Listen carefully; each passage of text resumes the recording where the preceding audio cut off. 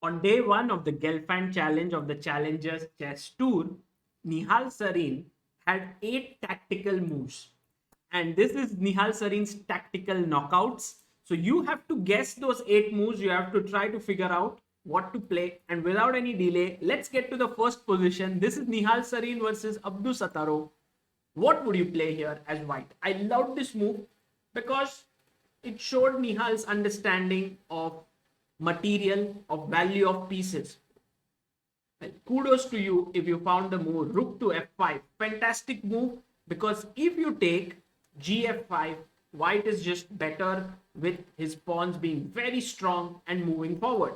So Abdusattorov went knight h4, rook e f1, a6, king b1, knight g6, rook 1 f2, knight h4, bishop f4, hitting the queen. Queen went back.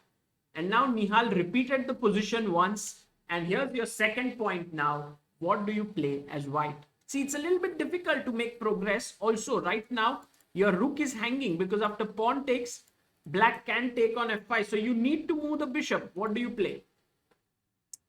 Well done if you found the move bishop g3, but extra well done if you spotted that after bishop f5, gf5, what to do to e3. This is for your third point. What did Nihal do here that, stunned his opponent, because he thought he's attacking the queen and the rook, he will win material here. Boom! Nihal Sarin hit the pawn on d5, and after, let's say, you win the queen, knight d7 is a very pretty checkmate. Here's the killer on e7, and here's the watchman controlling b8 and c7 squares. Okay, so pawn takes was played in the game, queen to a5, and now Nihal was totally winning. After bishop e5, he took here. You can't take with the knight because f6 check to the king, and the queen is lost. He took queen takes d, ef2, knight f3. If you play knight takes f3, there is queen c3 check, taking here.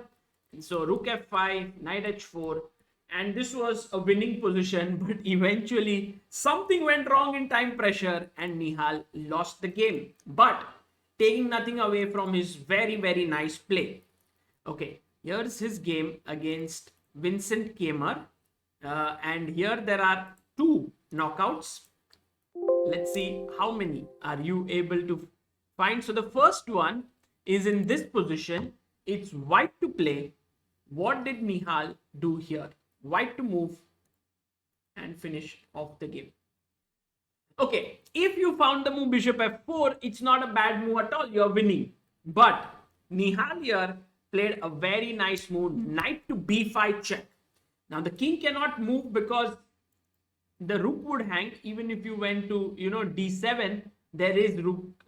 Very nice would be long castle, and rook d1 is also winning.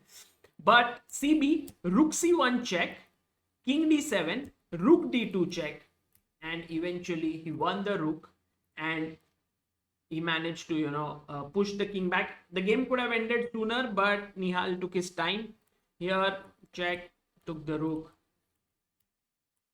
queen e3, g5, and there's one more position here, rook g1, queen h5, and knight h4. Fifth point, what do you do here? White to play. I really loved the next move. It was rook takes g5. Well done if you found, and you can see that he is actually hitting his pieces on protected squares, which is phenomenal. Takes, check, king g6, and now a check on e4, king moved here, check, king g7, and rook g4, pinning the queen and winning it. And Vincent resigned here. So 3 more positions left, and they come from the game against the Chinese player Ju Wenjun. Let's have a look at this. So Nihal here played against some kind of a Tarash system, and he was playing against the isolated pawn. He likes to play with black in such positions. Here he was white, and the position was interesting. He was maneuvering around. He likes to do that often. He had a small edge. Bishop f5, bg4, takes. And suddenly, you know, a mate was threatened. Now queen g5 would have been a decent move, but black played the move f6. Time for a 6th point. What did Nihal do here? Boom! Nice move, because you see that this rook is slightly loose. If you take here rook c8, it's a free rook there. And if you take with the rook, still queen c8. And that's the reason why Ju Wenjun played queen e8. And now time for a second boom moment. What do you do here as white? 7th point, white to play. Well, if you said the move knight f6, not at all bad.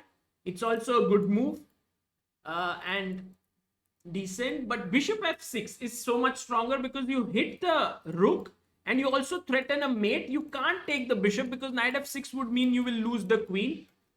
So rook d7, and now came the move for the last point. I'm not going to reveal it. For the 8th point, guys, what did Nihal play here? Very nice move. Knight e7. Again, you can't take here because after bishop e7, e4 is hanging. If you take queen e7, c8 is hanging. So she went queen f7, but takes, knight takes, and check. Next move, I can pick up this. a7 is hanging, and so Ju Wenjun resigned here. These were the 8 tactical shots by Nihal, and if you notice it carefully, he was placing his pieces on squares that were protected. Most of the times, these are the tactics that are missed. You feel, oh, my square is protected by a pawn or a piece, and you just forget about it, and Nihal looks at those points very carefully.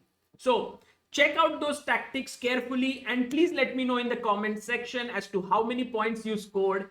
I hope you enjoyed Nihal's games on day 1 of the Gelfand challenge of the Challengers Chess Tour, and we'll keep bringing you more such games on day 2, 3, and 4 as well. This is Sagar Shah signing off. Bye bye.